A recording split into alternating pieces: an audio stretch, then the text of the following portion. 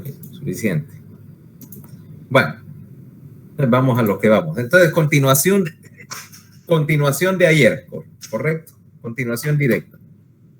Ayer vimos los tractos de la tríada en el componente sensitivo del cordón lateral, y ahora veamos los 3 tractos motores y veamos el cordón ventral. ¿Ok? Entonces, la misma lógica que ya explicamos, lo único que ahora vamos a cambiar un poquito el orden de las cosas en lo que respecta al origen y la terminación, porque estamos hablando de un tracto motor, o sea que las fibras corren en un sentido descendente. O sea que la primera neurona aquí va a cambiar. A diferencia de los tractos sensitivos, donde siempre la primera neurona era igual, aquí la primera neurona cambia porque es el origen del tracto. Y la segunda neurona va a tender a ser una neurona, o va a tender a ser la misma neurona. O sea, vamos a tener lo que se llama lo que llamamos la vía final común. ¿Ok? Entonces, empecemos con el tracto más grande de esos, que es el tracto córtico espinal lateral, mal llamado, a mi manera de ver, piramidal. Aunque piramidal, el problema es que no me dice nada sobre su origen, y por lo tanto digo mal llamado porque a mí lo que me interesa es realmente que me diga algo acerca del origen, y piramidal no me dice nada, o sea, no tiene nada que ver ninguna pirámide aquí, ¿eh? O sea, hay una estructura llamada la pirámide, pero está en el bulbo y no me dice nada. Ahora, veamos qué es lo que pasa acá. Córtico espinal lateral. Vamos a ponerlo vamos a compartir la pantalla. Listo.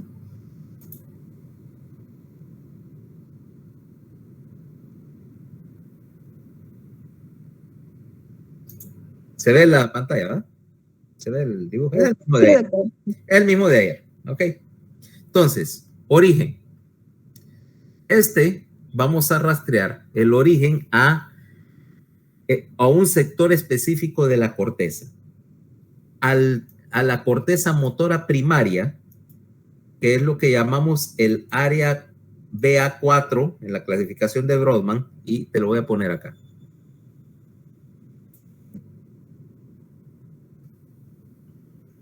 Déjame quitar esto.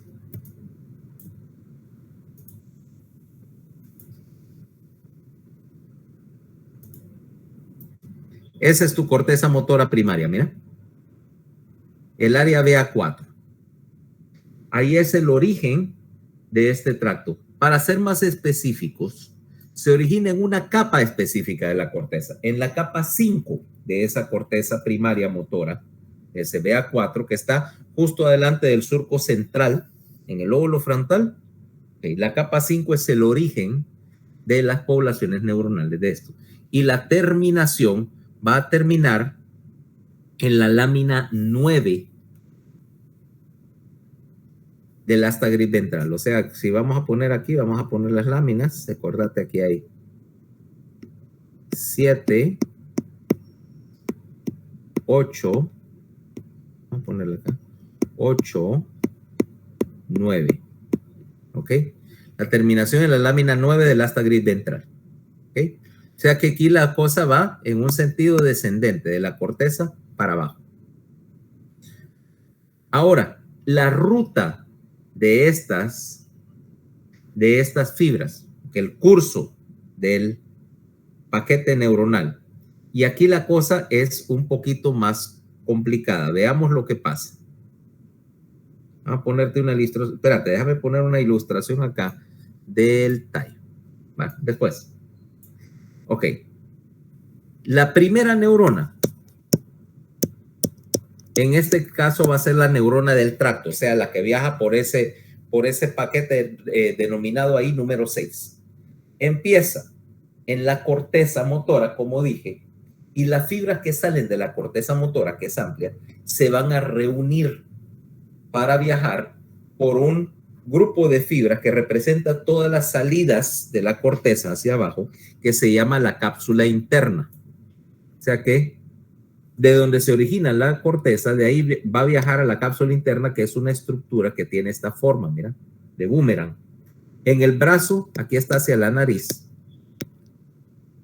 o sea, hacia adelante. Entonces tiene dos brazos, un brazo anterior y un brazo posterior.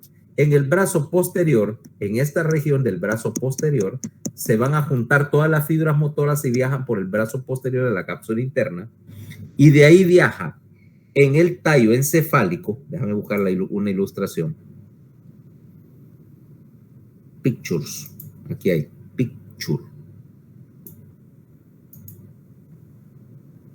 En el tallo encefálico, por ejemplo, aquí te voy a poner el... No. Esto. Se ve en la imagen, ese es el mesencéfalo. Esto de hecho es lo que vamos a ver la próxima semana. Las fibras que bajaron de la cápsula interna se meten aquí, mira, en este pedazo, en la cara ventral del tallo. Mira su posición. En la porción ventral del tallo. Para explicación, aquí es ventral, aquí es dorsal. ¿Ok? Siguiendo la misma lógica. Bajan por ahí y viajan por todo el tallo, siempre van a viajar aquí hasta que lleguen a un nivel específico, que es la unión entre bulbo y médula. O sea, en lo que llamamos el nivel de la decusación piramidal. Ahora mira lo que voy a hacer.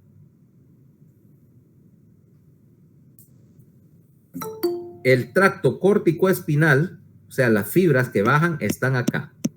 ¿Ya? Y de ahí, estas fibras van a decusar, mira, a nivel de la porción caudal del bulbo. Aquí está la dichosa pirámide que le malnombra el tracto. ¿Okay? Ahora, esas fibras están entrando acá. No todas decusan. De 100 fibras que vienen acá en la cara ventral, que venían de arriba, 85% de las fibras decusan y se van hacia, mira, hacia lateral. Mira cómo están, aparte de cambiando de lado, se están dirigiendo, mira, en esta dirección para agarrar de ventral a lateral, y entonces se meten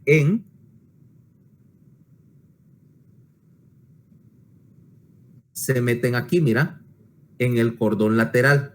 Viajan por el cordón lateral hasta que llegan al segmento donde van a terminar en la lámina 9. Entonces, la primera neurona, resumiendo, de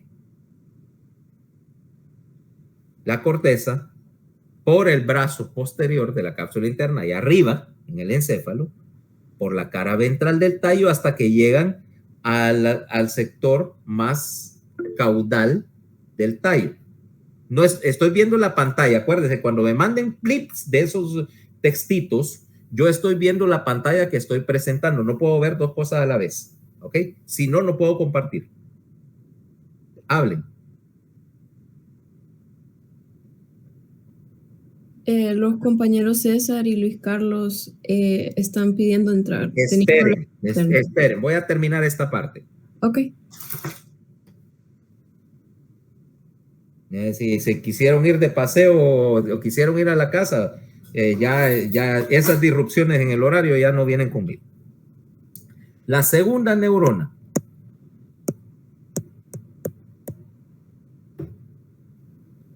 es lo que llamamos la neurona final común. Esta primera neurona que bajó por la cápsula interna, por el tallo, decusó, pero decíamos que solo el 85% de las neuronas hacían decusación. ¿Qué pasa con el otro 15%? Ya vamos a ver. Se mete por el cordón lateral y hace sinapsis con la segunda neurona. La segunda neurona va a ir de la lámina 9 hacia el músculo. Y esta neurona de la lámina 9 es una neurona que ya conocemos, es una neurona motora A alfa. Este es el sistema motor alfa, es el voluntario. ¿Ok?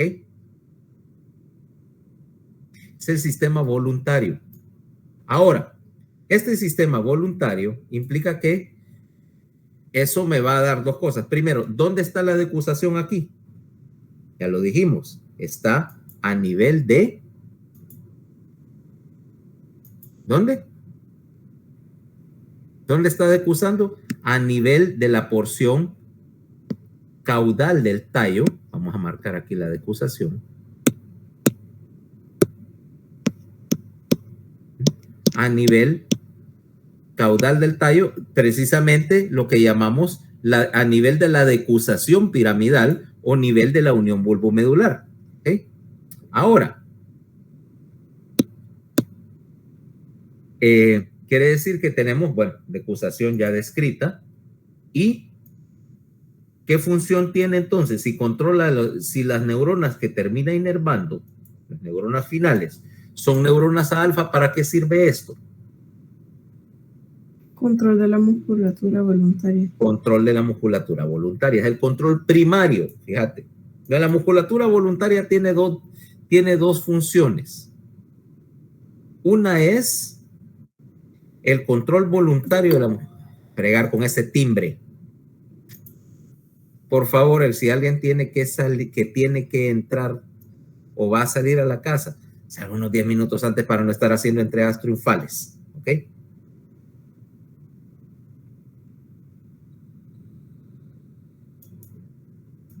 Entonces, ya tenemos acá una disposición de las neuronas. Ahora, dentro del tracto, ¿tendremos alguna distribución especial de las cosas en el tracto? ¿Habrá somatotopia aquí? Sí. Ok. Por la misma razón que dijimos que todos los tractos grandes van a tener somatotopia. De hecho, mira, tenés somatotopia en la corteza. O sea, ya vamos, cuando el día que lleguemos a ver la corteza, vamos a ver que hay una distribución de las partes corporales en la corteza. En la cápsula interna, en ese brazo, hay una somatotopia. A lo largo del tallo hay una somatotopia y aquí en la médula también. Entonces vamos a ver cómo es.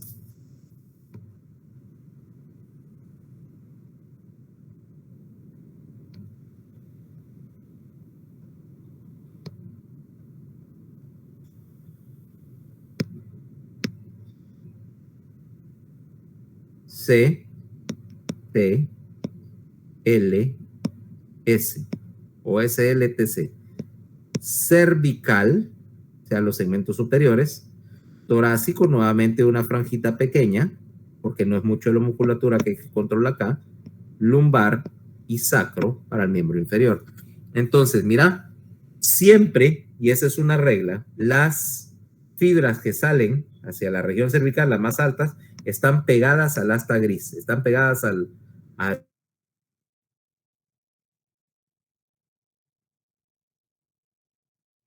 de lateral a medial. Y por supuesto, la disposición de las capas es proporcional, o la disposición de los sectores es proporcional, más o menos el 50% es cervical. Torácico aquí lleva como un 10% de la fibra nada más, y de ahí lumbar y sacro, más o menos igualmente divididas 20-20%. ¿Okay? La mayor parte de las fibras son para el miembro superior. ¿Cabal? Y en particular la musculatura de las extremidades. Luego, entonces ya salimos de esta. Veamos este. 7. Retículo espinal lateral. Y este tracto es un poquito más complicado en términos de, porque es más diverso. Origen. Se llama retículo espinal.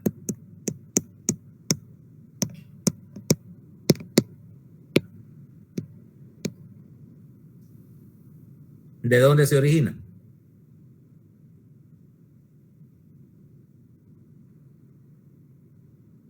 Sector medial e intermedio de la formación reticular. La formación reticular. Ahora, para explicarte qué es la formación reticular, te lo voy a poner acá. La formación reticular es un paquete de núcleos en el tallo. Vamos a ver acá si lo tengo. No, espérate. Para mostrarte. La formación reticular es este paquete de núcleos que está a lo largo del tallo, ¿ok? Se llama así porque la estructura básica de la formación reticular, que mira que te abarca un buen pedazo, es un patrón, de hecho, reticular. O sea que aquí tenemos rutas que van en un sentido vertical, como también tenemos en un sentido transverso. O sea que es una red de núcleos pequeños y una cantidad grande de estructuras. Ok. Ahora, hay varios sectores. En rosado, por ejemplo, no tengo rosado. Sí tengo rosado. En rosado, por ejemplo, este es el sector del RAFE. La neurona. ¿Te acordás que hablamos ayer o anteayer de las neuronas moduladoras de dolor? Que vienen las fibras del sector del RAFE. Bueno, este es el sector del RAFE. De ahí, en gris, morado, no sé, vamos a decir que este es morado, está el sector paramediano. Y en azul, el sector medial, ¿ok? Sector, ahora, decía, paramediano. Y este que está en ese color rosado es el RAFE. O sea que los núcleos acá, ves que hay una serie de núcleos, por ejemplo, el núcleo y también tenés otro sector acá que no está dibujado en este cuadro, te lo voy a pintar acá, que solamente está en el bulbo, está más o menos acá. Se llama el sector intermedio. ¿Ok? Que también nos interesa acá. O sea que esta es una colección difusa de núcleos. Ahora, aquí vamos a decir la primera cosa acerca de la formación reticular, porque la vamos a ver varias veces. Difusa y confusa son dos cosas diferentes. Difusa y desorganizada no, son dos términos completamente aparte. Esto es difuso, no desorganizado. El sector medial y el sector paramediano tienen bastante que ver con el control de la musculatura, o para ser más correctos, con el control del asta gris ventral. Ok. Toda estructura de control, toda estructura, ya sea motor y sensitiva en el sistema, necesita un mecanismo para encenderla y apagarla, ¿va? Y aquí tenés los sectores que son responsables de, entre otras, de encender y apagar. Luego, en el sector intermedio, que solo está en el bulbo, tenés el control primario para la musculatura respiratoria y para las funciones básicas autonómicas, la circulación, la actividad respiratoria, en particular un sector que se llama la rampa inspiratoria. Y esta formación reticular tiene una particularidad. Normalmente el control motor, ¿quién manda en términos de control motor en el sistema? ¿Cuál es la máxima autoridad en el sistema nervioso central?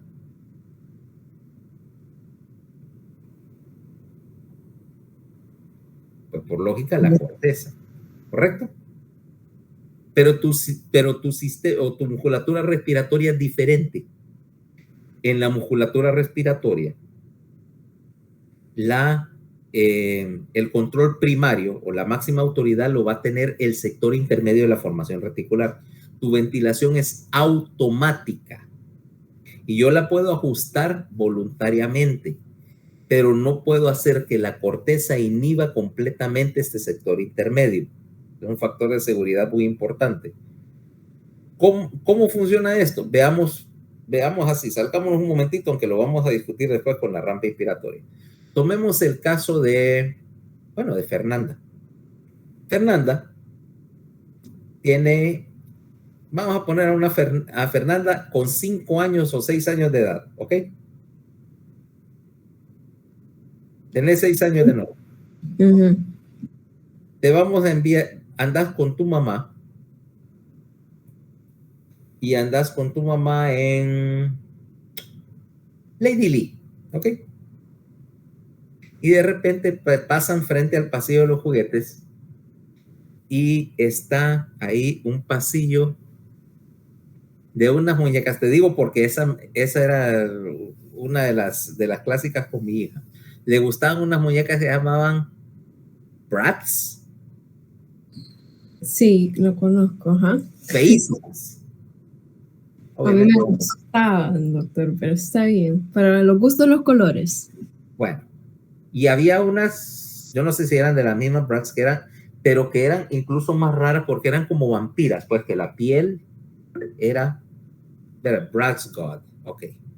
Que la piel era como verde, eran como, y vestidas así como góticas, supongo que eran vampiras o algo parecido, ¿ah? ¿Te ubicas? Sí. Ok, bueno, a la gorda era que en esos días vivía con la abuela, ahí en Copán, pero siempre venía a pasar las vacaciones y todo a San Pedro Sula. Y era invariable que había que llevarle, y cuando llevaba que quería esas dichosas muñecas, siempre terminaba comprándole una. Yo como digo, obviamente no sé de muñecas ni pudiera saber de eso, pero sí me parecía que eran feas, pues, porque lo son. Porque lo son. Bueno, ahora venís vos y se te antoja que querés que te compren la Monster High. No sé, me preguntas a mí de muñecas, por Dios. No sé, yo les digo, yo me recuerdo que había unas que se llamaban Bratz, no sé si son las mismas, ¿ok? Ustedes me corregirán eso, pero ustedes eran las que jugaban con ellas. ¿Ah? Yo nunca he jugado, bueno, no es que nunca he jugado con muñecos, pero Bratz tenían hasta películas. Espero, César, que vos no anduvieras viendo las películas de Barbies o de Bratz, ¿ah? Perdón. A menos que fuera lo único que hubiera en la tele. Bueno, pues vos decís que yo ni sabía eso, ¿eh? Yo ni sabía que tenía una serie de televisión o una película. ¿Eh? Es que yo, como digo, nunca he jugado con muñecos de ningún tipo. Ah, tu hermana, bueno. Menos mal que mi hermana nunca ha sido de eso. Mi hermana es fanática de Snoopy, ¿ok? Lo que pasa es que tiene 50 años y tiene la casa y tiene su cuarto lleno de Snoopy, ¿me crees? Ahora, viene Fernanda y quiere que le compren la muñeca esa.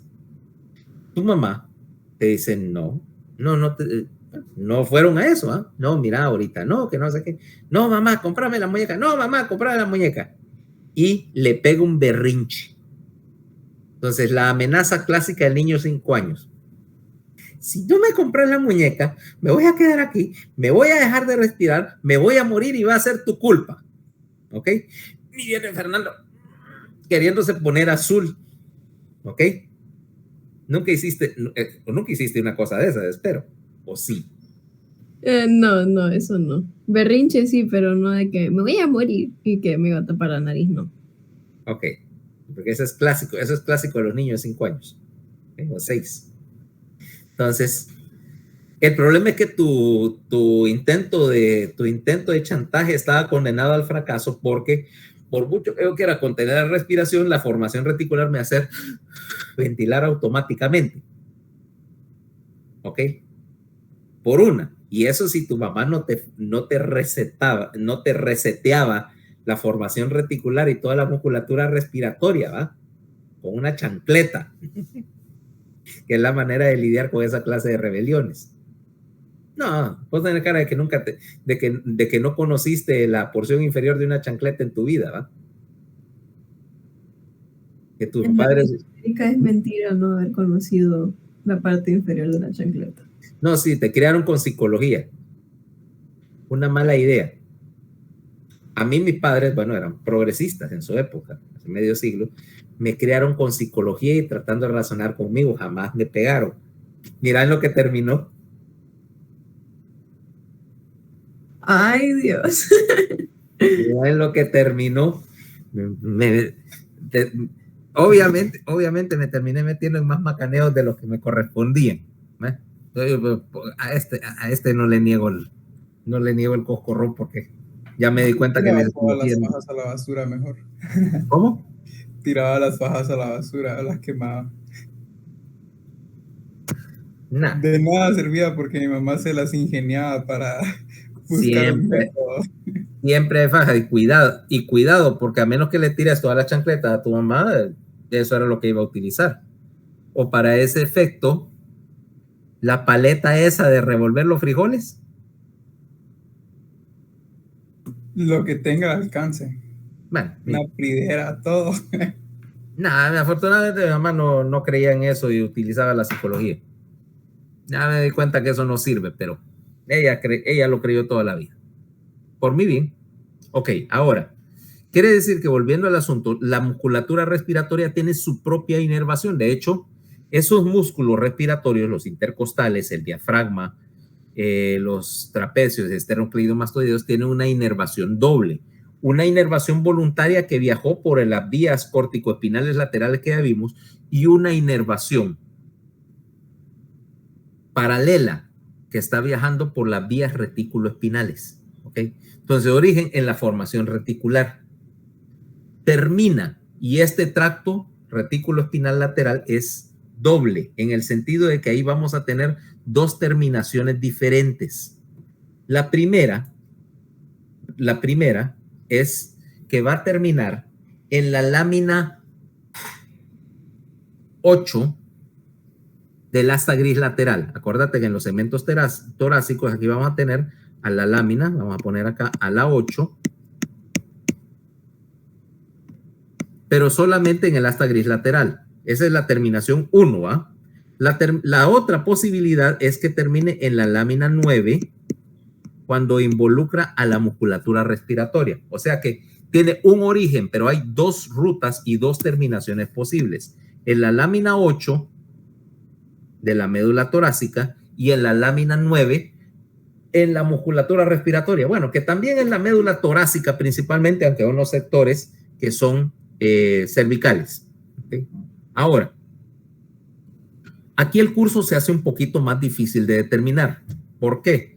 Porque es casi imposible saber cuál es la primera neurona de la cadena. ¿Okay?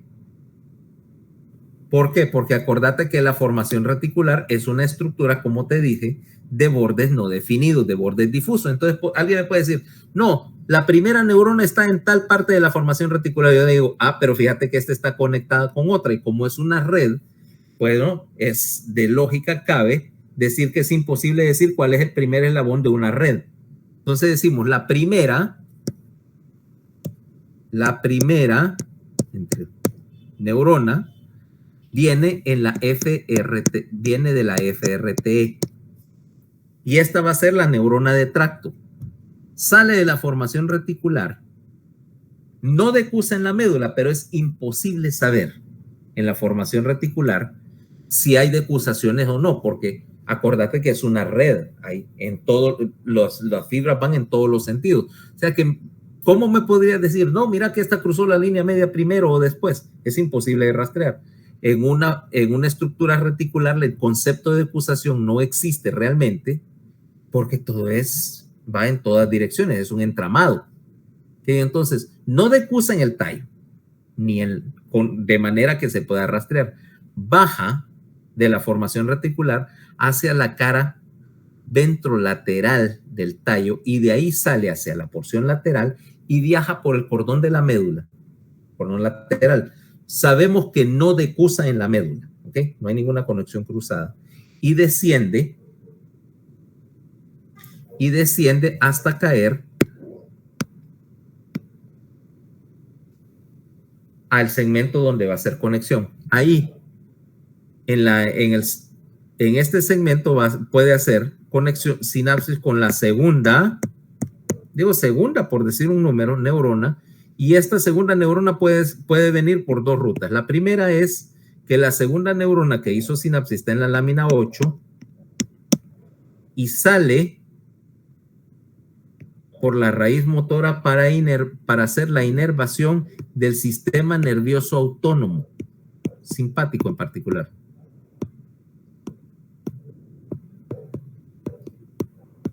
¿Ok? Para el control visceral. La otra posibilidad es que se haya ido a la lámina 9 y aquí hace sinapsis con una neurona A alfa, pero que inerva un músculo respiratorio.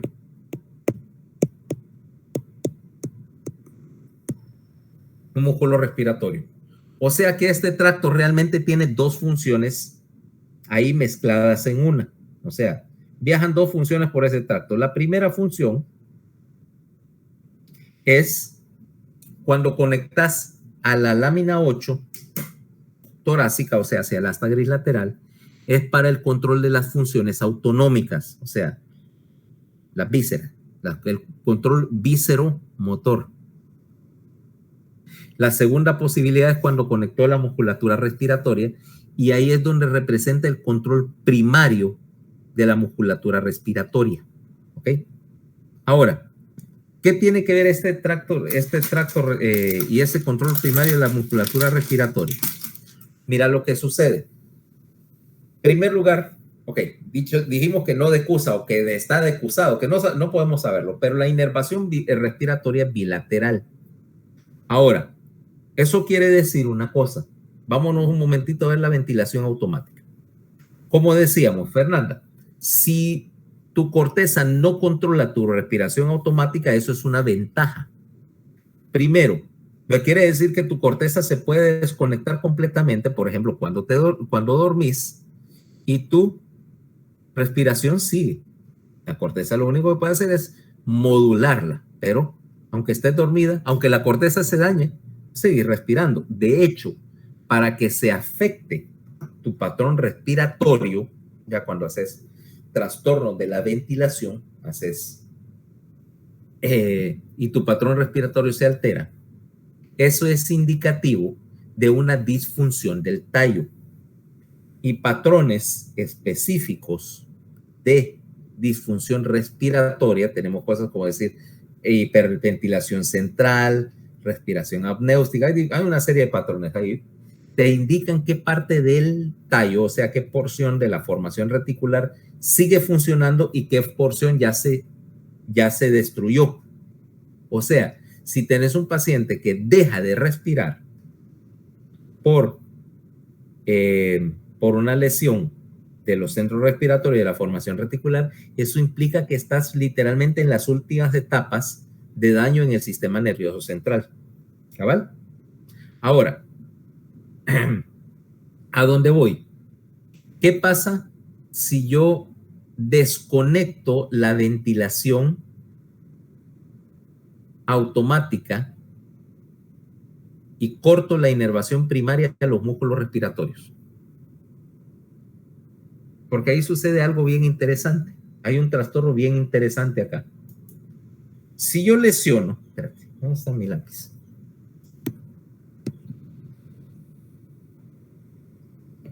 Si yo lesiono el tracto retículo espinal,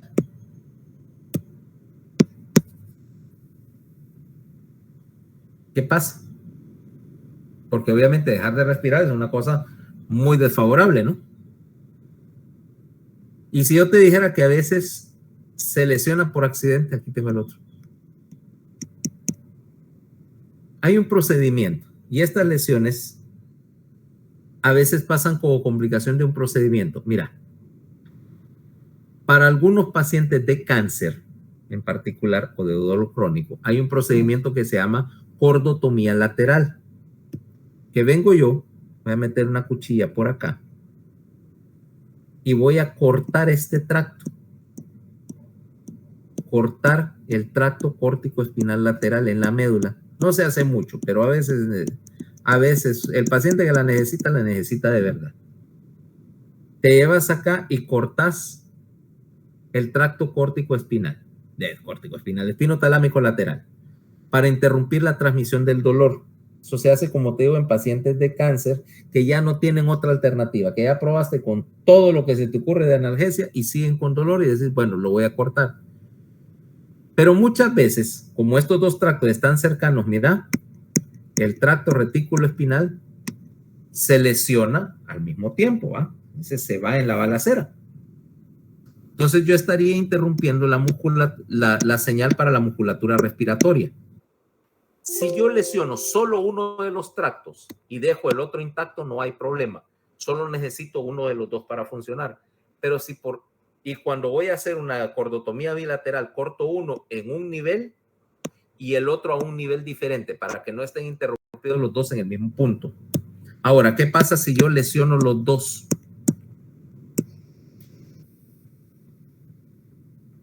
¿Dejará de respirar el paciente?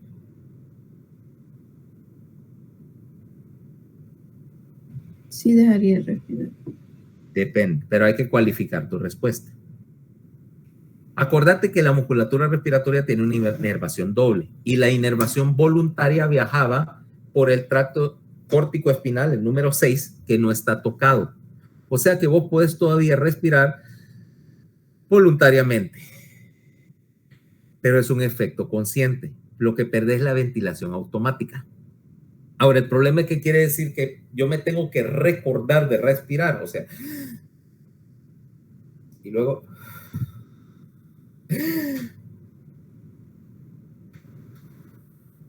Pero si yo me distraigo, o yo me olvido, o me duermo, empiezo a hacer lo que se llama hipoventilación neurógena. Como tengo que respirar en el mismo sentido voluntario que puedo agarrar un sorbo de agua. Bueno, si hubiera agua. Pero si no lo hago conscientemente, no lo hago. Entonces el problema es que perdés, cuando tenés lesiones de ambos tractos retículo espinales laterales, poder respirar voluntariamente, pero no tener respiración automática. Y eso tiene un nombre interesante, se llama la maldición de Ondina. ¿Okay? El nombrecito ese. Me resulta que es en honor a un mito griego de no es una hada, ¿cómo que le llaman los griegos a esto? Una ninfa que se llamaba Ondina. ¿Okay? Resulta que, bueno, el mito es un poco largo para contar. Básicamente, Ondina hizo una promesa de un muchacho ahí que dijo que no se iba a olvidar del muchacho este. El muchacho iba a la guerra o algo parecido, le dijo, y se había enamorado de la tal Ondina. La Ondina esta llega y le dice, ¿te vas a olvidar de mí? No, yo no me olvidaría porque olvidarte sería como dejar de respirar, una de esas romanticadas, ¿no? Chavo se fue a la guerra y regresó años después, entonces va a buscar a la Ondina y la Ondina obviamente se había olvidado y andaba con otro, ¿no? Suena como a asunto como para una ranchera, pero así va el asunto. Entonces el tipo ve a la Ondina con otro y bueno, se suicidó. Con tan mala suerte para Ondina que este era como protegido de los dioses, no me recuerdo si Apolo, entonces Apolo la manda a llamar, ajá, ¿con qué? Olvidarte de él, que era como olvidarse de respirar. Bueno, entonces te voy a poner un castigo. Vas a tener que pasar todos los días pensando en él, porque el momento que te olvides y te dormís, vas a dejar de respirar y te vas a morir. Entonces la tal Ondina estaba condenada por toda la eternidad.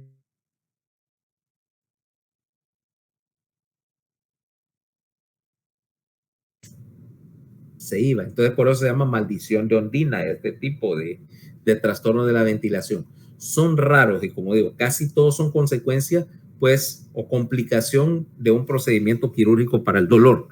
Pero hay algunos casos documentados de daño o de degeneración de los tractos que te afecta la ventilación no voluntaria. Ok, entonces, recordando entonces, ese tiene dos funciones. Vámonos al tercer tracto de ese grupo. Ok, estamos aquí, 8. Rubro espinal.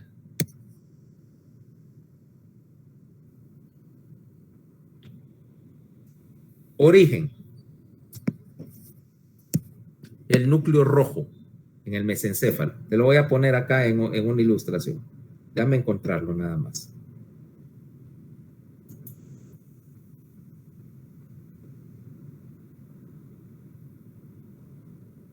Aquí está. Este es el núcleo rojo, este que voy a colorear ahorita. Siguiendo una larga tradición, el núcleo rojo lo voy a pintar de verde. ¿Ok? Este es el núcleo rojo, en la parte rostral del mesencéfalo. Origen del tracto, el núcleo rojo. Terminación en la lámina 8 y 9. ¿Ok? Vamos acá. En particular, en la lámina, más notablemente en la lámina 8, a lo largo de todo el asta gris ventral. Ahora, veamos el curso, o sea, la disposición de las neuronas. ¿Dónde está? Se origina aquí en la primera neurona, se origina en el núcleo rojo e inmediatamente que sale del núcleo rojo, decusa, mira, decusa y se va para lateral. Mira, ahí está la decusación rubroespinal, de hecho así se llama, ¿ok? La decusación rubroespinal. Entonces vamos a pintar de nuevo. Núcleo rojo, inmediatamente decusando para formar el tracto, mira. Viaja por la cara ventral del tallo, a lo largo del tallo. Viaja por la cara ventral siempre pegadito a la línea media hasta que llega a la porción inferior del bulbo, a la porción caudal del bulbo, y ahí en la porción caudal se va hacia lateral. ¿Okay? Aquí te voy a poner en el bulbo. Se va hacia lateral. Acordate que ya va cruzado. Viaja por el cordón lateral y baja por el cordón lateral acá hasta llegar a la lámina 8. En la lámina 8 hace sinapsis con la segunda neurona. La segunda neurona del grupo, o de la vía, llega de la lámina 8 y se va hacia el músculo. Y esta neurona es una neurona A gamma. ¿Ok? Ya que hay dos neuronas en la cadena. La primera, del núcleo rojo, decusa, viaja por la línea media del tallo hasta que llega a la parte de abajo del bulbo, se pasa al cordón, se pasa al sector lateral, baja por el cordón lateral y entra a la lámina 8. La segunda neurona va de la lámina 8 al músculo y siempre es una fibra A gamma. Y esas fibras A gamma, ¿qué inervan? ¿Qué inervan esas neuronas A gamma? Yo sí.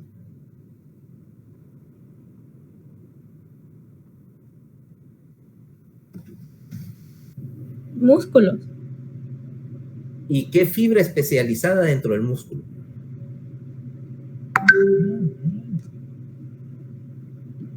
A beta. A gamma. A beta es sensitiva. Esta es una fibra motora, esa gamma. ¿A dónde específicamente va a ir a parar en el músculo? ¿Dónde hay fibras A gamma en el músculo?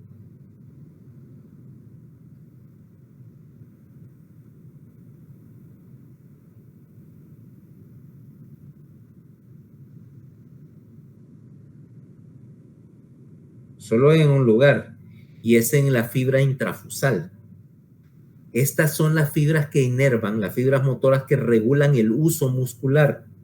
Si yo regulo el uso, fíjate bien, si yo ajusto el uso, te dije, ajustando el uso puedo ajustar el tono muscular, el control del tono, y también puedo ajustar la fuerza de contracción, porque ese es precisamente el sensor que me está dando, que me está regulando el ajuste del músculo. Ok. Entonces aquí lo que tengo es una fibra que me representa lo que llamamos la vía final común para el ajuste del músculo. Pero además, ese núcleo rojo que tengo allá en el mesencéfalo me está recibiendo influencias. O sea, el núcleo rojo no trabaja solo, sino que ahí es donde convergen las salidas del cerebelo, la salida de los ganglios basales, la salida de los núcleos del tallo, salidas también de la corteza. Todos van a juntarse al núcleo rojo y del núcleo rojo se suman para controlar la musculatura gamma. ¿Por qué? Porque el control del músculo ahora ya lo puedo entender. Tengo dos controles para el movimiento. El primer control es el control voluntario, que es a alfa, ¿ok? El control desde la corteza es a alfa. Pero esa corteza, ese sistema alfa, solamente es bueno para hacer la planificación y, como dice, el control general del movimiento, pero no se encarga de los detalles. Y los detalles son, como ya sabemos, una de las cosas más importantes cuando hablamos del movimiento. Los detalles, el ajuste de la fuerza, del tono, la inhibición, o sea, el frenado al movimiento, todo eso viaja por el sistema motor gamma, que no es voluntario, que es automático. Yo estoy ejecutando un movimiento y todas las correcciones, todos los refinamientos que le hago al movimiento viajan por estas vías rubroespinales al final para hacer influencia sobre la lámina, sobre las láminas 8 y 9. ¿Okay? Entonces aquí tengo función decusación, por lo tanto, sí, arriba, a nivel del mesencéfalo. Función es el punto final común de ajuste o la vía final común para los ajustes al movimiento. ¿Okay? Las correcciones que yo hago al movimiento. ¿Ok? Ahora, vámonos para el más antiguo de todos ellos, para el cordón ventral. Y en el cordón ventral vamos a tener que aquí las vías cambian un poco de lo que hemos estudiado hasta el momento. ¿Por qué? Porque el cordón ventral es más antiguo, dije, filogenéticamente, y por lo tanto aquí el diseño de las cosas va a cambiar. Vamos a quitar esto. Vamos a quitar eso. Las cosas van a cambiar. Van a cambiar en el sentido de que las vías acá, en el cordón ventral, vamos a ver 9, 10, 11, 12, 13, 14, 15, estas que están aquí abajo, son en general lo que llamamos una vía polisináptica, o sea que hay bastantes neuronas en la cadena. Segundo, aquí vamos a entrar en el concepto de un arco recíproco, un arco reflejo recíproco, o sea que tengo vías que me forman el brazo aferente de un reflejo y sus retornos, que son el brazo eferente. O sea, aquí entramos con que si estamos controlando los mecanismos más primitivos de la locomoción, tenía un receptor acá, enviaba señal a algún punto del tallo, generaba un reflejo y sacaba un retorno hacia el músculo. O sea, mira, un arco reflejo que es de hecho involuntario, porque aquí no estoy involucrando a la corteza por una simple y sencilla razón. Cuando estos arcos reflejos aparecieron, no existía la corteza todavía, no estaba ni en proyecto. Entonces vamos a ver que acá y otros tractos que son, más bien son continuaciones de estructuras que estaban en el cordón lateral. O sea que tenemos una combinación ahí rara de tractos que son más o menos especializados porque en el sistema en el sistema nervioso original, en los diseños originales para el sistema, los tractos tendían a ser más especializados, por así decirlo. ¿Okay? más especializados, tractos que solo cumplían una función, mientras que después las cosas se fueron condensando. Entonces veamos qué tractos tenemos acá.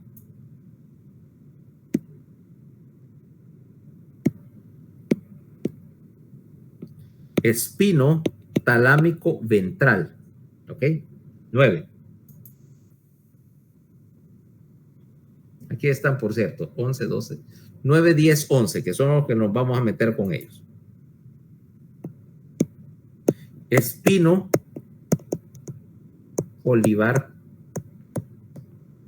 y 11, espino tectal. El espino tectal también lo vas a conocer como espino mesencefálico. Es lo mismo, los dos términos son sinónimos, ¿ok? Ahora, empecemos con el espino talámico ventral. Este que está acá. Ese espino talámico ventral, origen. Se origina en las láminas 4, 5, 6. ¿Va? 4 y 5, 6. Del asta gris dorsal. Principalmente, y conste, compararlo con su hermano acá, espino talámico lateral. ¿Ah? Ves que este también se originaba igual, lo único que el espino talámico lateral recibe más señal de la lámina 4, mientras que el espino talámico ventral principalmente transmite señales que vienen de las láminas 5 y 6, o sea, de la lámina nociceptiva. Termina en el núcleo ventral posterior lateral del tálamo, igual que su hermano. Donde cambia la cosa es en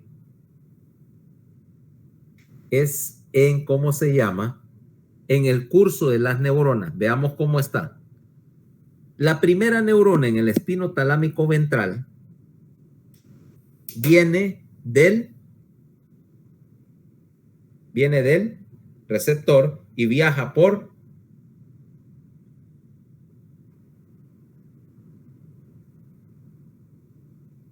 la primera neurona sensitiva. ¿Cómo va?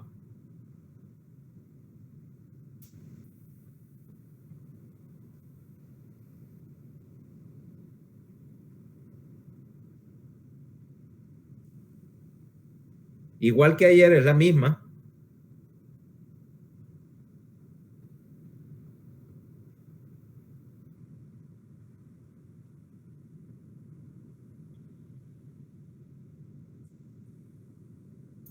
En un tracto sensitivo, hablamos ayer que la primera neurona sensitiva, la que inicia en el receptor, siempre es igual. ¿Cómo va?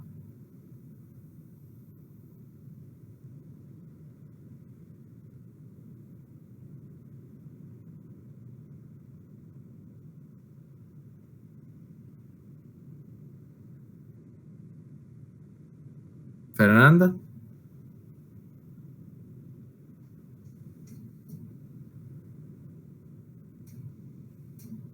César.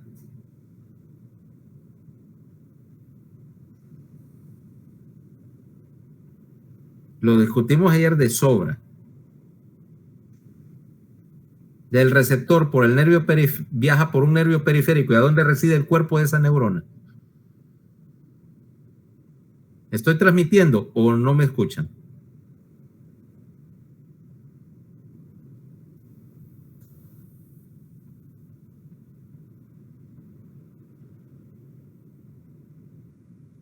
¿Me escuchan? ¿O se habrá cortado esta cosa? ¿Aló? ¿Me pueden escuchar? Porque llevo hablando rato y no he hecho la misma pregunta 4 veces y nadie responde. Entrecortado lo escuché, yo no logré escuchar bien. La pregunta es, la primera neurona sensitiva en una ruta sensitiva, en un tracto sensitivo, la primera neurona siempre es la misma.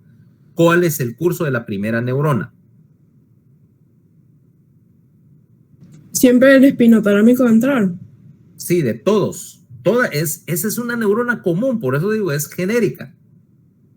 Siempre el receptor a un nervio periférico, después a la 3 y después a la lámina 3. No va a la lámina 3, va a la lámina 1, como dice César. César, ¿y por qué no hablas? Es que me molesta a mí el chat. Eso es para... ¿Está malo tu micrófono o qué diablos pasa? Sí, es que por favor no usen ese plin plin del chat, me molesta.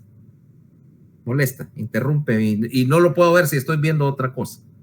Entonces, de hecho lo voy a desactivar. Va a la lámina 1 y en la lámina 1 hace sinapsis con una neurona. Acuérdate de espinotalámico, no grácilis ni cuneiforme. Hace sinapsis con una neurona de compuerta que está en la lámina 2. La neurona de compuerta lleva la señal de la lámina 2, acuérdate, fue para lateral, agarró de la lámina 2 y termina en las láminas 4, 5 y 6, ¿cabal? Esa es o sea, la primera neurona llega, entra por el 3, termina en la lámina 2. La segunda neurona es la neurona de compuerta que discutimos ayer. Y la tercera neurona en este espinotalámico ventral es la neurona de tracto. Radica en la lámina 4, 5 y 6, pero esta aquí es donde cambia la situación. Normalmente en el espinotalámico lateral que vimos ayer, la neurona arrancaba ahí, decusaba inmediatamente y subía por el cordón lateral del otro lado. Aquí cambia un poquito.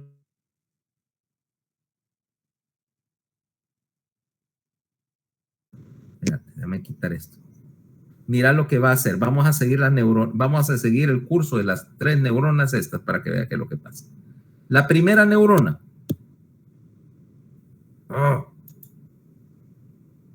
Le pasa esto. La primera neurona está entrando por acá, mira, del receptor por el ganglio al DRES, a la lámina 1, y en la lámina 1 pasa a la lámina 2. 1, 2. En la segunda neurona, te voy a poner aquí en verde, es la neurona de compuerta, va de la lámina 2 a la, vamos a poner aquí en el caso, esta es la lámina 5, 6. ¿Okay? Donde hace conexión con una tercera neurona que es la neurona de tracto. La tercera neurona vive aquí en la lámina 6, sube, fíjense bien, asciende 2 a 3 segmentos antes de decusar y meterse al tracto espinotalámico. Entonces esta viene, es así, ¿ve? Espérate. Viene, se forma, sube y decusa, ¿ok? Decusa. Después de decusar, viaja hacia ventral y se mete por el tracto para subir por la cara ventral del tallo. Sube por el cordón ventral a la cara ventral del tallo. Entonces, neuronas. Primera, la genérica. Segunda, la de compuerta. Tercera, la de tracto. Sube 2 a 3 segmentos, se va por el cordón ventral de la médula, llega al tallo. En el tallo va a viajar por esa parte, por esa porción ventral hasta que llega al puente. En el puente se junta con el otro espinotalámico. Fíjate que estos dos en el puente se van a unir para formar un solo grupo de fibras y ese grupo ya unido va a terminar en el núcleo ventral posterior lateral, ¿ok? DPL. Y de ahí termina en el núcleo ventral posterior lateral del tálamo. Ahora, quiere decir que el principal problema es su decusación. Decusa, su diferencia principal es que decusa de 2 a 3 segmentos arriba del segmento donde se originó. O sea que, por ejemplo, si este segmento fuera, qué sé yo, C6, la decusación del tracto, el punto donde cruza la comisura, va a estar en C3 o en C4. vos me dirás qué importancia tiene eso. Bueno, cuando estás cortando tractos para controlar el dolor, tenés que acordarte de que hay unas fibras que decusan arriba y que si las vas a interrumpir, tenés que decusarlas 2 o 3 segmentos arriba. Si no, no hiciste nada, estás cortando en el sitio equivocado. Ahora, función de este tracto. Si viene de las láminas 4, 5 y 6, ¿qué información está viajando por ahí? A ver, no, esta vez no Fernanda ni yo, si vamos a poner Edward. ¿Qué información viaja por el tracto espinotalámico ventral?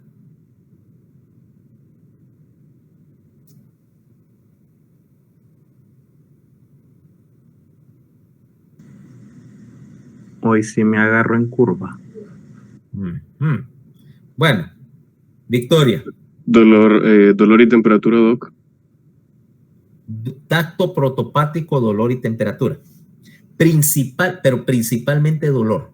En el tracto ventral van más fibras de dolor que de temperatura y tacto, ¿ok? Hay de las tres, pero proporcionalmente es más lo que estás moviendo ahí es dolor, ¿ok? Acordate que ese es el tracto más antiguo de todos los sistemas sensitivos somáticos y que en términos de sensibilidad, la primera que apareció, la primera modalidad sensitiva que pudo haber aparecido es el dolor, porque era la más importante, o sea, la detección de daño. De ahí vino el tacto y todo lo demás, poco después, pero ese tracto que es el más primitivo, el más antiguo, está manejando principalmente dolor de la mitad contralateral del cuerpo, por supuesto.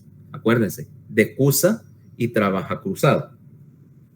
Ok, veamos el siguiente. Ahora vienen, es todavía un sistema somático, o sea, integrado en el tálamo. Pero veamos los otros dos, espino olivar y espino tectal, o espino mesencefálico. Empecemos por el espino olivar. Se origina en la lámina 7. ¿Ok? En la lámina 7, para ser más correcto, buen grupo de estos viene de la columna de Clark. En particular, en el sector de la lámina 7 que está recibiendo señales de los músculos para la locomoción, o sea, los músculos locomotores, la musculatura axial, ¿ok? Fíjate, musculatura axial quiere decir la musculatura que está en el tronco, principalmente. Y termina, su nombre lo dice, ¿va? Espino olivar, termina en los núcleos olivares, que son un grupo de núcleos grandes en el bulbo. Aquí te voy a poner otra vez la ilustración, ¿ah? Para que vayan familiarizándose de hecho con esas que son las del tallo de la otra semana. Mira los núcleos olivares. Aquí de hecho hay un sector que vamos a llamar el sector de los núcleos olivares. Y los núcleos olivares son, lo voy a pintar acá, lo voy a poner en verde nuevamente.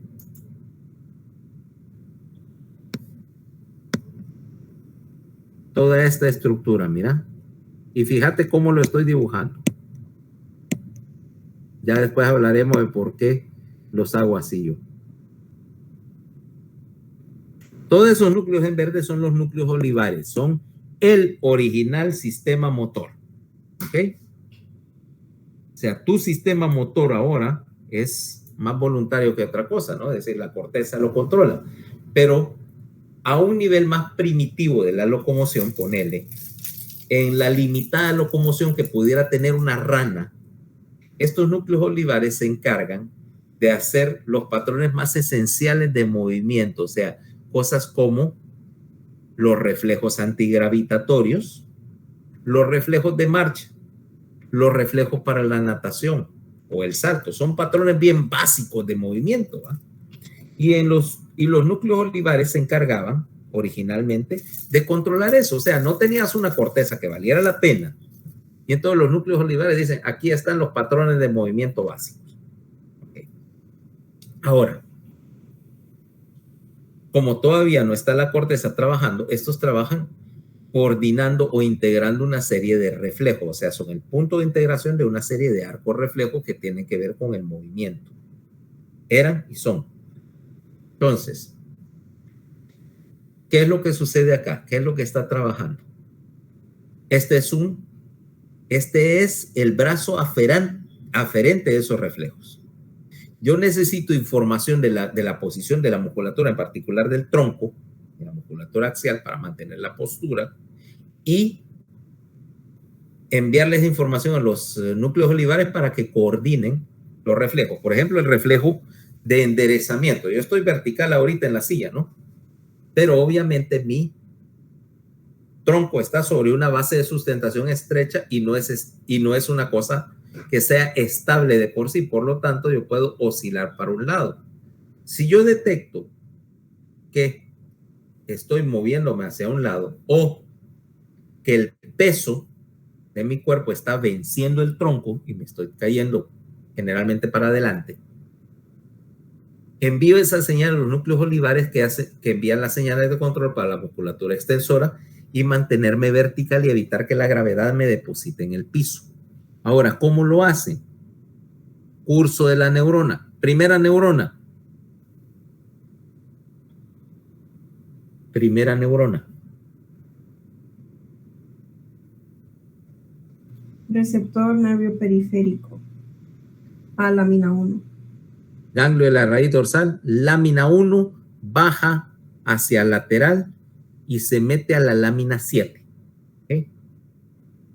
A la lámina 7. Va a conectarse con otras interneuronas, pero ahorita es la que me interesa. Segunda neurona, neurona de tracto. Sale de la lámina 7. Se mete al cordón ventral. Sube. No decusa en ningún lado y va a parar a los núcleos olivares. No te preocupes por la decusación. Los núcleos olivares están conectados entre sí. Izquierdo con el derecho. O sea, no necesita decusar.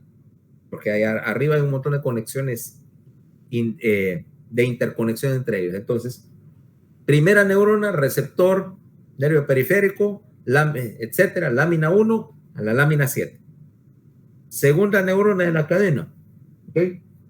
De la lámina 7 al cordón ventral, recto por el cordón ventral a los núcleos olivares. Termina en los núcleos olivares. Decusar, ya dijimos que no. Entonces, función es el brazo aferente de los reflejos de control de la postura y de la marcha. Ahora, por ejemplo, también tengo otra función con eso. ¿Qué tal automatizar la marcha? Si vos agarras un recién nacido, porque este reflejo se suprime al mes de edad. Yo agarro un recién nacido, propiamente sostenido, por supuesto, y pongo sus dos piecitos en la mesa, o sea, lo pongo vertical, y pongo los dos piecitos de él sobre una mesa y hago un poquito de presión, el bebé va a empezar a hacer esto, mira, taca, taca, taca, taca. Va a empezar a alternar, va a empezar a intentar caminar. Me va a decir, los bebés de 15 días no caminan. No tienen el control para caminar, pero sí tienen el patrón de movimiento necesario para alternar, o sea, izquierda, derecha, izquierda, derecha, izquierda, derecha, y lo hacen mientras esté su pie apoyado en el piso. Estos núcleos olivares están tratando de desplazarlo. ¿Okay? Ese es el reflejo de marcha, por ejemplo. ¿Y qué tiene que ver? Porque decir, bueno, yo ya no soy un bebé, ya no dependo de los reflejos para controlar la marcha. Sí, pero me permiten simplificar las cosas. En vez de que la corteza tuviera que decir, primero mover el pie izquierdo, luego mover el pie derecho y ahora otra vez el pie izquierdo, envía una señal a los núcleos olivares que ya tienen eso preprogramado y le dicen, empiecen a caminar y los núcleos olivares ya saben qué hacer, izquierda, derecha, izquierda, derecha, izquierda, derecha. O si fuera sobre 4 extremidades, diferentes patrones, puede que sea los dos de un mismo lado, 2 izquierdos, luego 2 derechos, ¿va? Izquierdos, derechos, izquierdos, y caminan así como los camellos que se bambolean, o más comúnmente, patrón cruzado. Mano izquierda, pierna derecha, mano derecha, pierna izquierda, ¿va? En el humano también está presente porque vos estás utilizando tus brazos como balancines para mantenerte enderezado. Todo eso requiere de un arco reflejo y el arco reflejo requiere, obviamente, sus dos brazos. Este es el primer brazo, el brazo aferente, la entrada. Veamos el siguiente, el tracto espinotectal o espinomesencefálico. ¿Dónde estamos? Aquí. Origen. La lámina 7 siempre. Ahora estamos aquí, mira. Lámina 7. Pero no estamos a nivel de todo el, ¿cómo se llama? Voy a poner L7.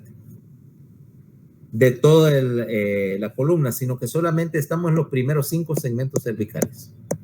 C1 a C5. Termina en los colículos del mesencéfalo. ¿Ok?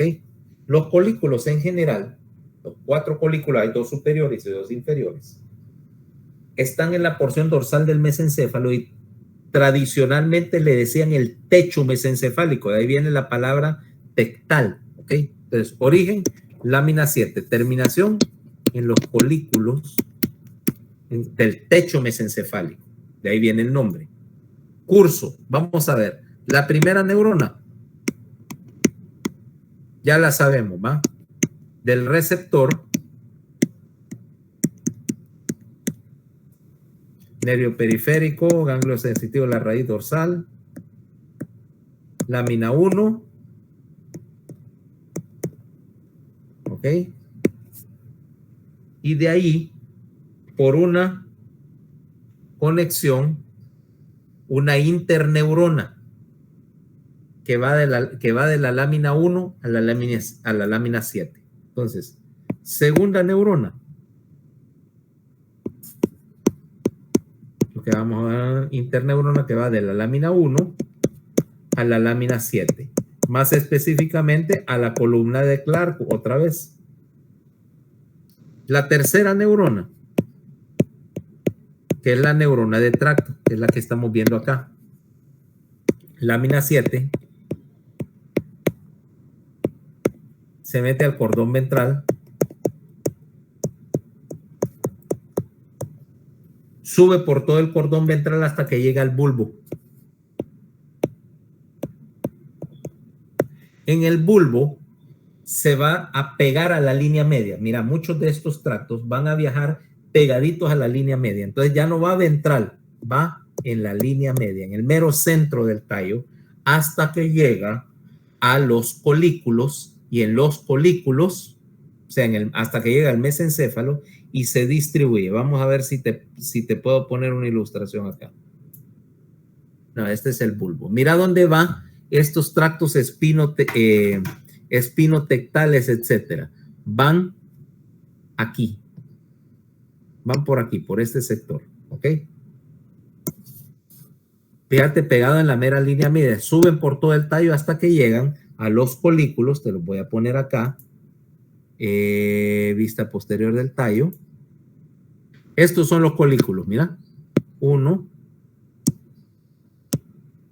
Ahí.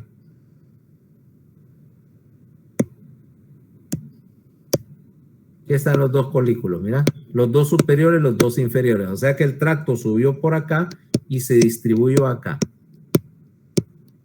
¿Cabal?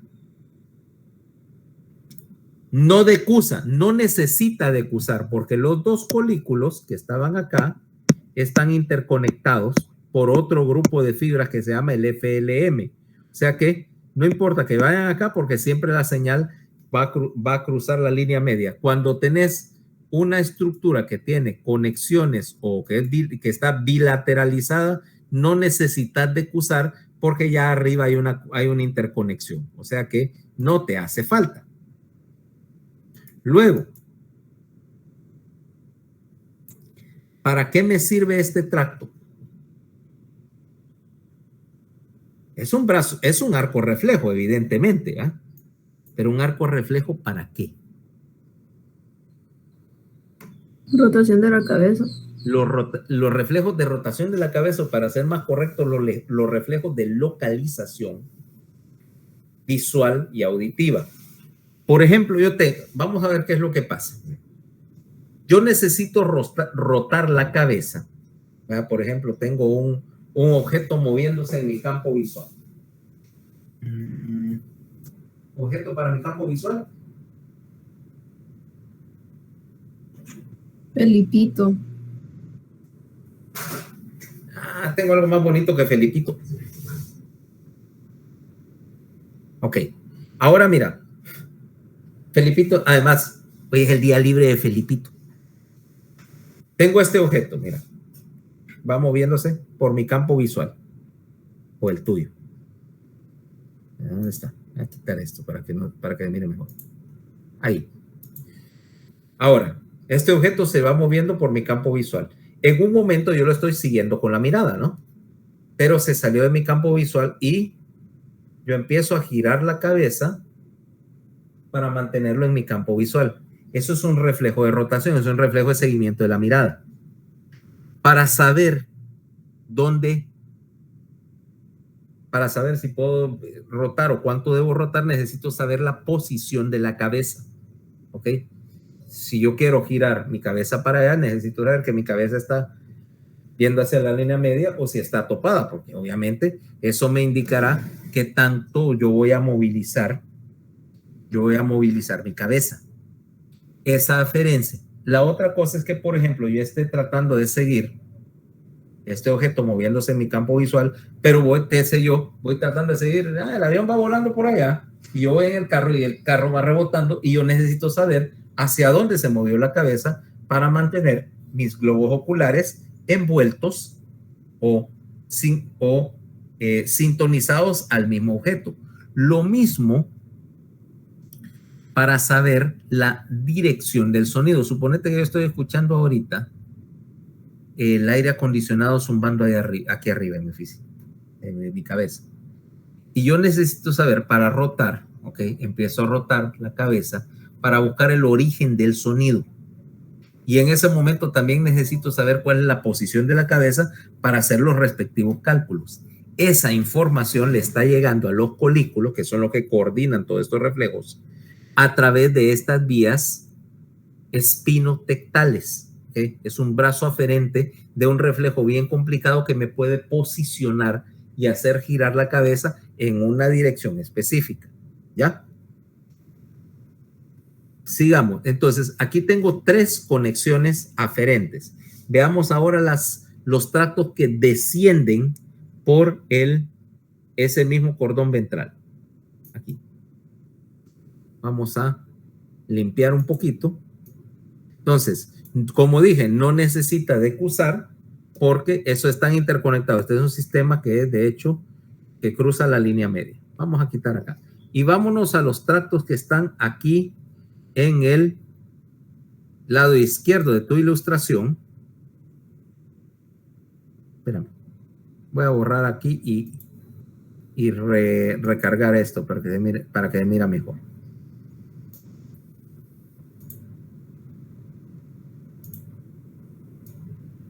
Nuevamente.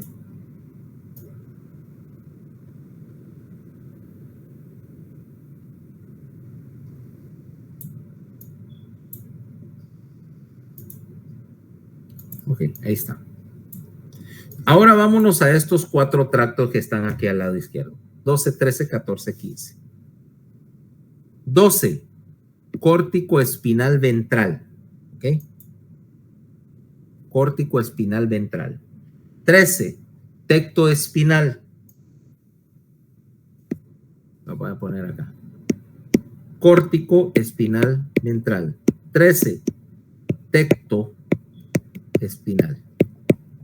14, aquí hay 2 tractos. Vamos a decir A y B. Olivo espinal y vestíbulo espinal. Van mezclados, o sea que yo los metí acá como un solo tracto. Y 15, retículo espinal ventral. Los 4 tractos motores. Fíjate bien, aquí tengo 5 de hecho, porque este es doble. Este es un arco reflejo, este es un arco reflejo, este es un arco reflejo. Sustentando la teoría que te había mencionado hace un rato. Ahora vámonos, sin embargo, con el córtico espinal ventral. ¿Sí? Este córtico espinal ventral, origen, es el mismo que el otro córtico espinal. este y este son dos variantes de la misma historia.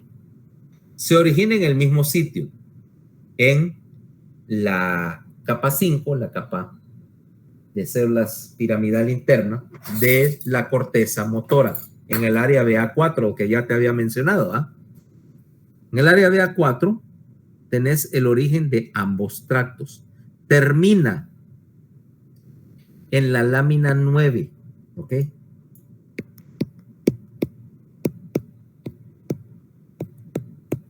En la lámina 9, o también.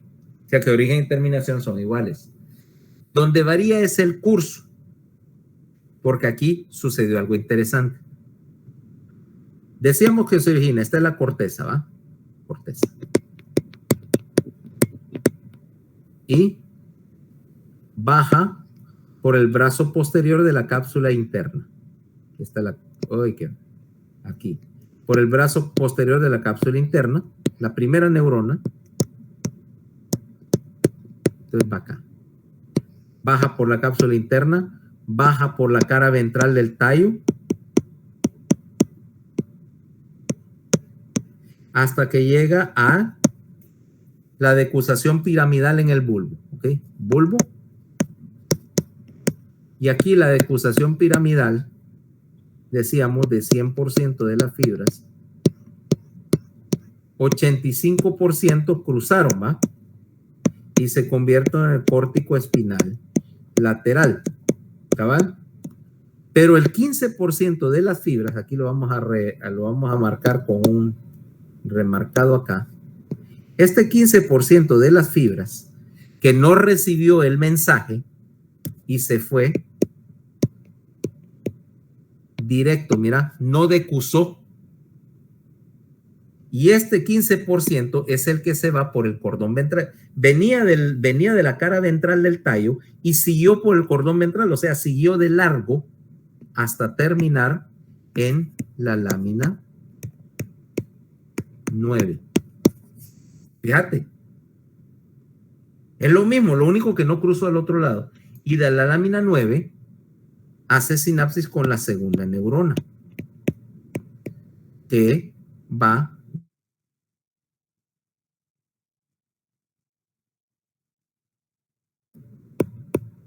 y estas neuronas, segundas neuronas, siempre son A-alfa. Y vos me vas a decir, ¿cómo es posible? O sea que, en primer lugar, si te das cuenta, aquí no decusa. Aquí no decusa, mira. Aquí se fue ipsilateral. Son el 15% de fibras que no cruzaron. Me vas a decir, ¿pero por qué? Una de cada 6 fibras no cruzaron. Suena como que hubiera habido ahí un error, ¿va? Pero si a estas alturas te has dado cuenta que mamá naturaleza no se equivoca. Entonces, ¿por qué 15% de las fibras no cruzan?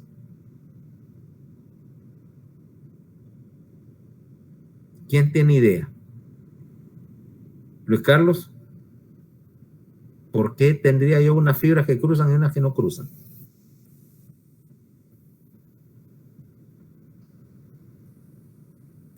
No sé, doctor. Para ser sincero. Marieli.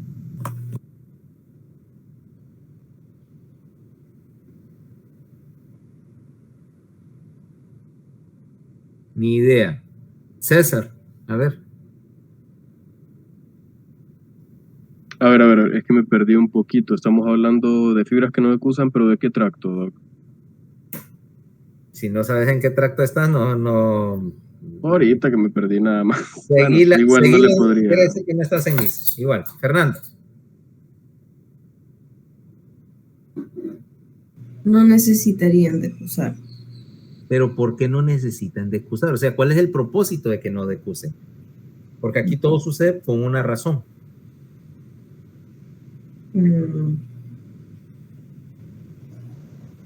No tienen idea. La primera es un mecanismo de defensa. Si tenés cuando vos haces una señal que sea bilateral, implica que vos podés lesionar un lado, pero el otro lado todavía está recibiendo parte de las fibras o está recibiendo parte de las fibras del otro lado. Si yo, por ejemplo, ponerle, me quitaras o me lesionaras la corteza del lado izquierdo, yo no tendría 100% paralizado el otro lado. Tendría paralizado el 85%, porque hay 15% de las fibras que entraron por el otro lado que no tienen nada que ver con el problema. ¿Ok? O sea que nunca se pierde completamente la inervación a la lámina 9 con una lesión que solo es de un lado. Segundo, ¿qué tal si quieres hacer un movimiento que involucre los dos lados? Ponele este para aplaudir. En vez, si yo tuviera las dos cortezas completamente desconectadas y separadas para hacer un movimiento bilateral como aplaudir, yo tendría que generar el movimiento con una corteza, coordinarlo con la del otro lado y enviar dos señales paralelas para poder hacer esto. Ahora no, envío una señal primaria de acá para este brazo, pero la otra viaja ipsilateral y puedo coordinar un movimiento a los dos lados con una sola señal. No tengo que involucrar la otra corteza por fuerza. 3. Hay mucho.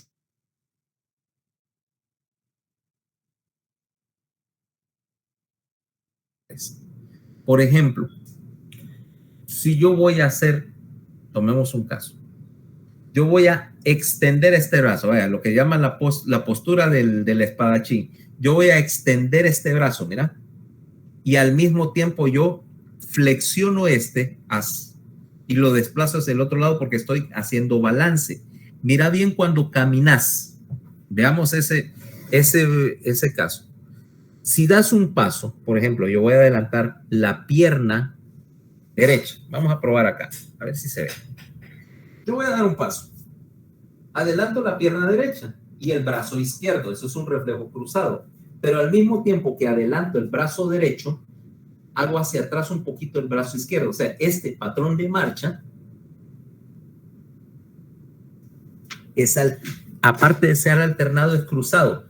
Como yo puedo enviar una misma señal para el movimiento de un lado y el lado contrario por la misma vía, porque lo hice bilateral, entonces me favorece tener un tracto que vaya directo y el otro que vaya cruzado, viniendo del mismo sitio. O sea que esta es una parte del control de la musculatura voluntaria que me ayuda a coordinar todos esos cruces, ¿ok? De señal. ¿Me expliqué con eso? ¿Me van siguiendo la idea? Más o menos le seguí la idea.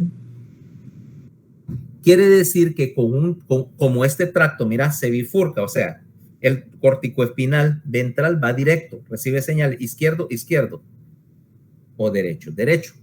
Mientras que el corticoespinal lateral trabaja cruzado. Toda la lámina 9 recibe señal de los dos hemisferios. Mecanismo de defensa para evitar que una lesión de un hemisferio me pare toda la musculatura, y 2, porque actividades que requieren de las dos mitades del cuerpo pueden ser controladas con una sola señal, una que se vaya directa y la otra que cruce. Ahora sí.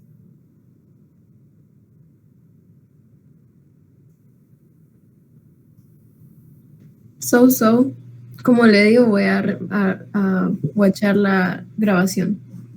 Bueno, luego, sigamos entonces con el trayecto de lo que tenemos acá. Vamos a seguir movilizando. Creo que me va a quedar un tracto para mañana. Mañana el tema es la distribución medular de las funciones, ¿ok? Es literalmente el corolario de esto. Pero sigamos acá con por lo menos un tracto, así me quedan 2. Ahora vámonos a este tracto. Dijimos que era 13 olivo espinal. Fíjate bien, había un tracto espino-olivare. Aquí hay un tracto olivo-espinal. Son el concepto que te dije de tracto recíproco, ¿ok? De tracto recíproco, de que existe una vía y un retorno. Ahora, olivo-espinal, origen. Núcleos olivares del bulbo. Ajá. Terminación. la lámina 9 de la musculatura axial principalmente axial, de la musculatura locomotora para ser correctos. Ok, fíjate, aquí teníamos espino olivar, tenemos olivo espinal. Aquí están los núcleos olivares. Curso de la neurona.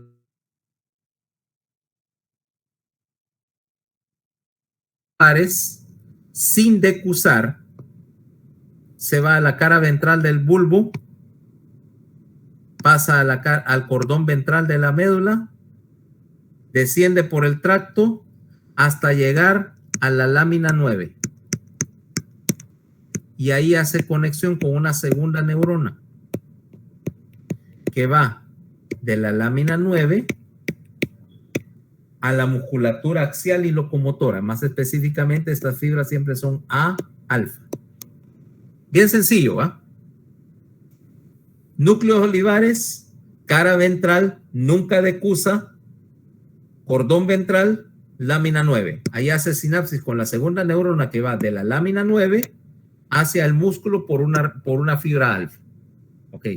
¿Qué es lo que estás haciendo acá? Este es el brazo eferente de los reflejos que te describía de locomoción y de marcha. O sea que ahora sí ya tengo la ruta completa, mira. Detecto la posición de las extremidades y le envío esa información a la columna de Clark. La columna de Clark la envía a los núcleos olivares. Los núcleos olivares ejecutan el reflejo, lo envían por el tracto espino olivar al músculo y controlan el reflejo. Mira, un arco reflejo que involucra los núcleos olivares como centro de integración y dos tractos como brazos aferente y eferente del reflejo. O sea que se cumple con todas las características, las de definición de reflejo que habíamos puesto el otro día. ¿Correcto? Ese es más fácil de entender, ¿va? Porque son cosas más primitivas. Son estructuras más primitivas y esas estructuras más primitivas tienen arcos reflejos que son conceptualmente más simples. ¿Ok? ¿Seguimos? No, ya es la 1. Entonces mañana, bueno, faltan esos 3 tractitos que van a tomar 5 minutos de ver y mañana el tema es la distribución de la sensibilidad y la distribución motora en la médula, la distribución segmentaria. Quiero que vayan ahorita a buscar en Google y vayan a buscar esto. Les voy a enseñar, estoy compartiendo todavía. ¿Ah?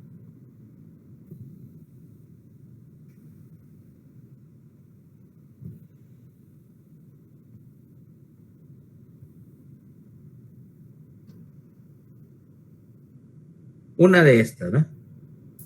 Un mapa de la distribución dermatomérica. Este es uno de los dos mapas, ¿ok?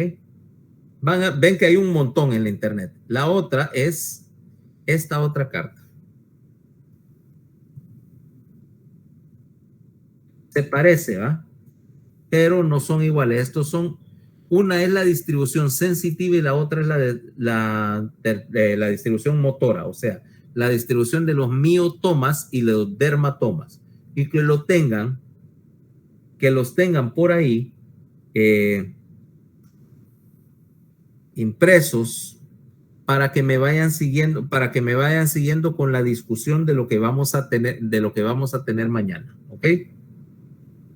Que si cada quien sale con una carta diferente, que es ligeramente diferente, para mí eso va a ser mejor para la discusión que vamos a tener, ¿ok?